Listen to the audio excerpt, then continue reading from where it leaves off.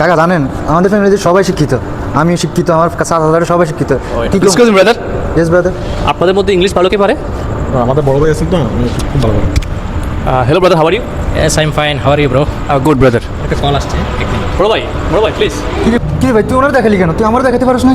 তুই কথা বলতে পারলে তুই বল, তুই তো ইংলিশে বেশি পারস। তুই তো ইংলিশ পারিস না? আমার থেকে উনি কি আমার থেকে বেশি শিক্ষিত? তুই ওরে কেন দেখালি? তুই কথা বল এক্সকিউজ ব্রাদার, আমি আপনাকে কিছু প্রশ্ন করতে পারি?